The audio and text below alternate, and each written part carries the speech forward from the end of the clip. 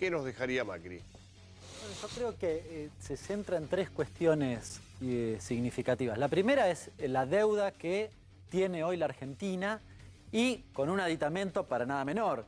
Una deuda concentrada en una parte importante con el Fondo Monetario Internacional. ¿Por qué digo esto? Porque el Fondo Monetario Internacional marca la cancha de la economía. Y con esto, el segundo problema que me parece que es la gran preocupación. ¿Cómo hacemos para crecer en esta Argentina y para pagar en definitiva la deuda si los condicionantes que en principio impone el Fondo Monetario Internacional dan la impresión que no ayudan a ese crecimiento? Tenemos una economía en la Argentina que el 70% lo explica el consumo. Con lo cual, si querés que te vaya bien, ayuda al bolsillo de los trabajadores porque es el mecanismo para el crecimiento. Y me parece que ese es el tercer eje. Si uno promediase y dijera, bueno, ¿cómo nos encuentra hoy o a finales de 2019, promediando el 2019, no importa, más o menos, respecto de hace 3 o 4 años atrás, y incluso lo ha dicho algún gran empresario, estamos todos más pobres, un 20% más pobres en promedio. Claro, los que menos ingresos tienen un poco más, tal vez un 30 o 30. Primero tenemos la deuda, estamos endeudados. Segundo, la economía interna, ¿qué pasa con ella? Bueno, el crecimiento, diría yo, cómo reactivás el mercado interno, ¿no? Digamos, ¿qué mecanismos tenés para hacer crecer la economía? Y en tercer lugar, justamente el poder adquisitivo. ¿Cómo recompones el poder adquisitivo y de esa manera lográs finalmente que el crecimiento económico, en definitiva? Bueno, eso es lo peor, eso es lo que estaría reprochando Cristina, estaría diciendo, mirá, con estas condiciones, sobre todo la deuda, no vamos a poder pagar. Bueno, a mí me parece que hay como dos ejes en lo que plantea. Dice, bueno, la cuestión de la deuda, ¿cómo hacemos? Me parece que no es suficiente el estiramiento de los plazos que exige en términos de vencimiento del Fondo Monetario Internacional, porque eso no resuelve la cuestión del crecimiento.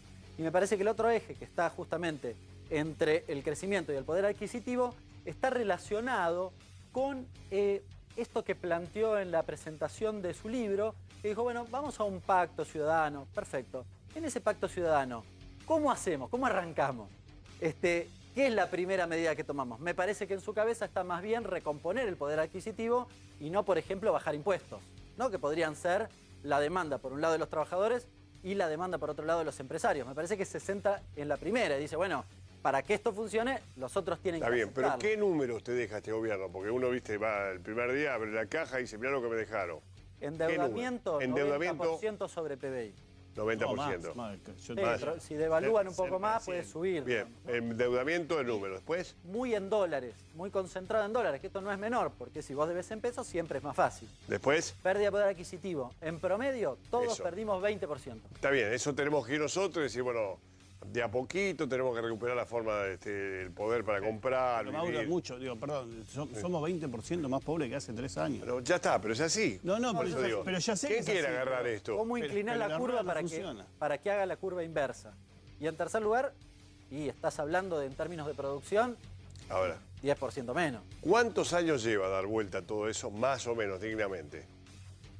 Es una buena pregunta. No, ¿qué es lo que dijo Cristina ayer? No es un mandato. No, yo creo, depende justamente, y me parece que en esto la expresidenta hace hincapié en particular, depende de los acuerdos que vos puedas efectivamente hacer. Bien, quiero decir, esto para un mandato no alcanza, para cualquier presidente. Yo creo que en un mandato sí se puede hacer. ¿Se puede? Sí, se puede siempre y cuando haya acuerdo. Porque el problema ¿cuál es? Vos tomás una medida. Por ejemplo, el control de los capitales al inicio, que es uno de los problemas estructurales que hoy afecta. Hablemos de la cosa diaria. El desempleo, ¿cómo haces para que haya trabajo rápidamente? Bueno, si recomponés el poder adquisitivo, es decir, si por ejemplo, si aumentamos las jubilaciones por decreto, supongamos, pongo un ejemplo, supongamos, el jubilado, sobre todo el de la mínima, va a gastar esa plata en un zapato para su nieto. ¿Se puede hacer eso? No ilusionemos a la gente. El problema es que el fondo no te deja. ¿Por qué? Porque impide un aumento del gasto fiscal sobre los ingresos de la recaudación. Bueno, te digo una simple, Mauro. De hecho, hay un par de proyectos de ley de la oposición para hacer esto. Retroceder las tarifas a diciembre del 2017, diciembre del 2016. No, ¿te parece demasiado? Porque si lo haces, te podés comer un juicio de parte de las privatizadas. Congelar las tarifas. Pero bueno, si vos congelás las tarifas y habilitás paritarias, ya estás mejorando un poquito. Estás recomponiendo. Claro, estás recomponiendo poder adquisitivo. Eso se puede. Sí. Hay medidas rápidas. Lo que diga el fondo es... Pregunta. Bueno, suerte. Hay medidas rápidas, entonces se puede decir esto para que... ¿Cómo bajamos rápidamente la inflación? Yo creo que la primera medida en ese sentido es desenganchar los precios del dólar. conjuntamente con alguna política ¿Cómo se hace monetaria de eso? tipo cambiario. Y bueno, discutir cómo haces un precio estándar de la nafta que sea independiente del precio internacional. El problema es que eso genera costo fiscal, sí, claro. Pero Misma te lo digo fácil. Nafta, Servicios, nafta, luz, gas y agua.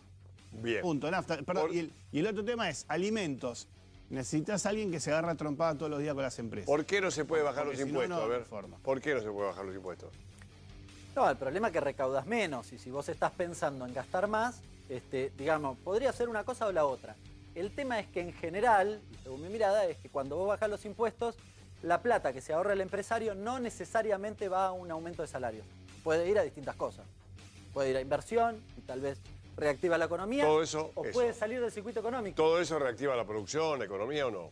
El consumo reactiva el mercado interno. Tal vez el que exporta no le preocupa tanto eso. pero Bien, el consumo ¿cómo reactiva. recuperás la confianza en la economía? Que ustedes siempre hablan de confianza. Yo creo que eso es una medida... ¿Son medidas, son hombres o vienen otros hombres, cualquiera que les toque? Efectivamente, para mí es un modelo. Primero Es un modelo primero, no hombres. En el formato en el que estamos, Macri puede cambiar todos los ministros todos los días y no No, va a no, no generar estoy hablando de nada. Macri, estoy hablando del Pero gobierno que me refiero viene. a que el que viene, si deja estos ministros, o deja el modelo, peor, si deja el modelo, aunque ponga otros nombres, no va a cambiar el formato de la economía. Con lo cual va a tener los mismos problemas. Cada vez que se le escape el dólar, se le va a escapar la inflación.